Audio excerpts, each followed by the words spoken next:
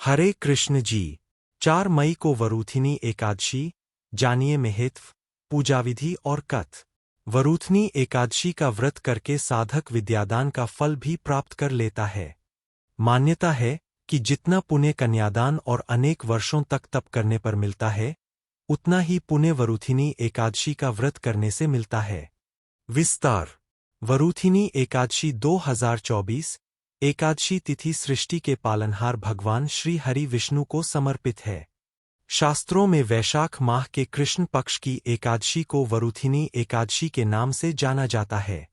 वैशाख माह और एकादशी तिथि दोनों ही भगवान विष्णु को अत्यंत प्रिय है, इसलिए भी इस एकादशी का और भी महत्व बढ़ जाता है। इस बार यह पुण्यदायी एकादशी 4 मई को है। इस दिन साधक जीवन में सुख और शांति के लिए भगवान विष्णु के संग मां लक्ष्मी की पूजा करते हैं और व्रत भी रखते हैं। मान्यता है कि एकादशी के दिन ऐसा करने से भक्तों की सभी मनोकामनाएं पूरी होती है। वरूथिनी एकादशी व्रत का महत्व। पद्म पुराण के अनुसार वरूथिनी एकादशी का व्रत करने से मनुष्य सब पापों से मुक्त होकर विष्णुलोक में प्रतिष्ठित होता है।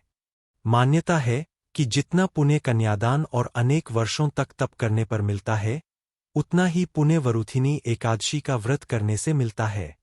मनुष्य वरूथिनी एकादशी का व्रत करके साधक विद्यादान का फल भी प्राप्त कर लेता है। यह एकादशी सौभाग्य देने वाली, सब पापों को नष्ट करने वाली तथा अंत में मोक्ष देने वाली है एवं दरिद्रता का नाश करने वाली और कष्टों से मुक्ति दिलाने वाली भी मानी गई है। पूजा विधि। इस दिन शंख, चक्र, कमल, गदा एवं पीतांबरधारी भगवान विष्णु की रोली, मोली, पीले चंदन, अक्षत, पीले पुष्प, ऋतुफल, मिष्ठान आदि अर्पित कर धूप दीप से आरती उतारकर दीप दान करना चाहिए और साथ ही यथाशक्ति श्री विष्णु के मंत्र नमो भगवते वासुदेवाय का जाप करते रहना चाहिए।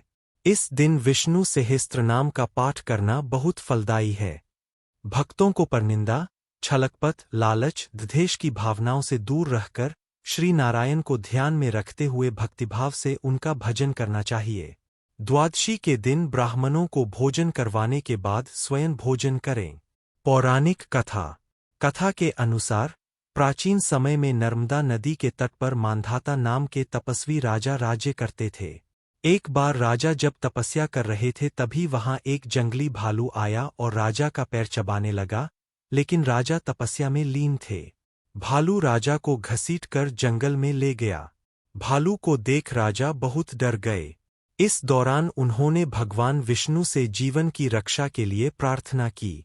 उसकी पुकार सुन प्रभु वहां प्रकट हुए और भालू को मारकर राजा के प्राण बचाए। तब तक भालू ने राजा का पैर खा लिया था। इसकी वजह वह बेहद दुखी था। राजा को इस परिस्थिति में देख भगवान विष्णु ने उसको एक उपाय बताया।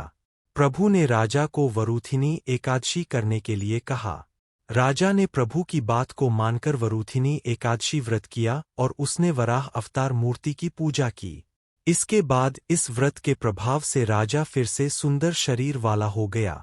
मृत्यु के पश्चात राजा को भगवान विष्णु के धाम वैकुंठ लोक की प्राप्ति हुई।